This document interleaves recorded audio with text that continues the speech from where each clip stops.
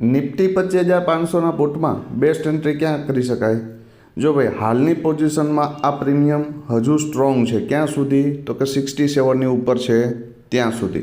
બરાબર. જો માર્કેટ તમને મોર્નિંગમાં 67ની ઉપર એક 15 મિનિટની કેન્ડલનું ક્લોઝિંગ કરતું દેખાય અને ફરી ડીપ મળે અને 67ની આજુબાજુ તમારી ક્યાંય પણ એન્ટ્રી થાય તો એન્ટ્રી કરી શકાય. પહેલો ટાર્ગેટ 94 અને બીજો 117. બરાબર.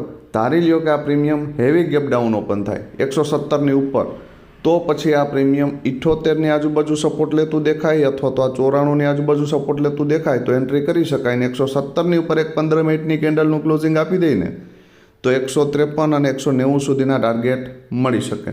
ધારી લ્યો કે મોર્નિંગમાં જ 67ની નીચે આ પ્રીમિયમ જતું રહ્યું તો પછી આપણે આની રાહ જોશું 37 અને 37ની નિયર બાયથી ક્યાંય એન્ટ્રી થાય તો 67, 94 અને 117 સુધી જઈ શકે.